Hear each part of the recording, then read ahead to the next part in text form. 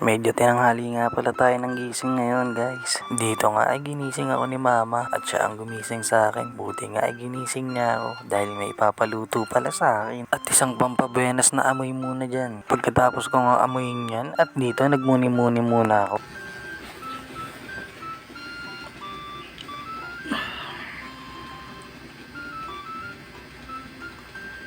Alas 11 na pala, tinanghali tayo. Tara, luto tayo. Let's go. Diretso na nga pala tayo dito sa lulutuin at ang lulutuin nga pala natin ngayon ay salmon belly guys. At ito na nga yung mga sangkap at mga gagamitin ko para sa pagluluto natin guys. Sa tingin ko alam nyo na to kung ano yung lulutuin ko guys. Kasi ricado at sangkap pa lang. Matik na alam nyo na to. At dyan nga, naghiwa muna tayo ng sibuyas syempre guys. At syempre dito, bibilisan ko na yung paghiwa para finish agad guys. O diba, hiwa na agad yung carrots tsaka green bell pepper. At syempre, kukuha tayo ng lagayan ng mga pinaghiwaan natin, diba guys? Para ma-set aside natin at para maganda tignan. Tignan nyo naman kasi yan kung gaano kaganda yung pinaghiwa-hiwa ko na yan guys. At syempre, maglalagay lang muna tayo dito ng cornstarch sa belly. Ayan. Pero syempre, tantiameter lang gamit ko dito. Kayo na bahala kung gaano karami gagawa kayo ng ganito. Pero sa akin kasi parang yung dami ng akin, parang 2 kalahating kutsara yung dami ng nalagay ko at nilagyan ko nga pala ng itlog yan guys. At imekos-mekos mo lang yan mga insan. At makikita dyan, nilagyan ko ng paminta yan guys. Pamintang buhangin. Ayan no, nagpakita po talaga sa camera. Pasikat ka boy. At syempre, wag nyo kakalimutan na i-like and share ang aking vlogs guys. Para sabay-sabay tayong lumago. I love you all. At pagkatapos ko nga magpasikat dyan, eto na nga pala yung kinalabasan ng belly natin guys. Oh.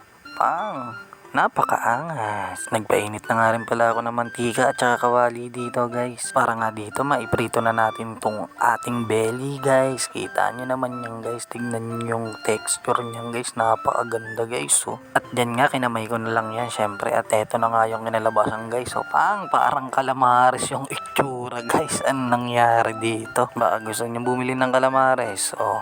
10 na lang isa guys. Syempre joke lang yun. Kala mo ito ay calamares, ito ay salmon belly na ngayon. Pagkatapos nga natin na mai-golden brown tong ating salmon belly guys. Matik na to. Bakbakan na agad to guys. Pero joke lang yun. At dito nga hinango ko na ang ating belly guys. Tignan nyo naman yung belly natin guys. Oh, napakaangas. Tapos na nga natin maihango yung first batch. Ito na nga pala yung second batch guys. Hinango ko na rin siya guys. At syempre di mo hahayaan na prito lang yan guys. At imamagic natin yan. At ayan na nga oh. Akala nyo prito lang no. Di nyo alam na sweet and meow pala yung luto ko.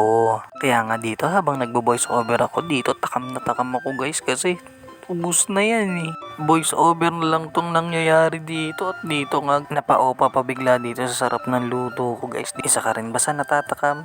Pwes, parehas tayo. At nung tinikman ko nga yung luto ko dito guys, grabe. Napaluha ako guys. Para tuloy ang sarap sumali sa Filipino singing boxer guys. At syempre walang ibang makakatikim ng luto ko kundi ang aking mahal na nanay. At kita nyo naman yan guys. Talagang pagsisilbihan ko yan dahil mama ko yan eh.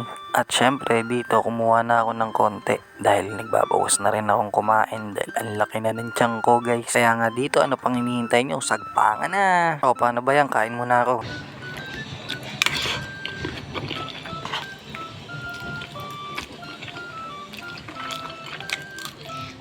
Oh, baka nagugutom ka na. Subuan kita.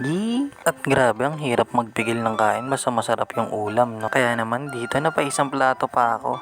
Hays, imbis na magabawas ng kinain, nagadagdag hanggang dito na lang. Bye-bye!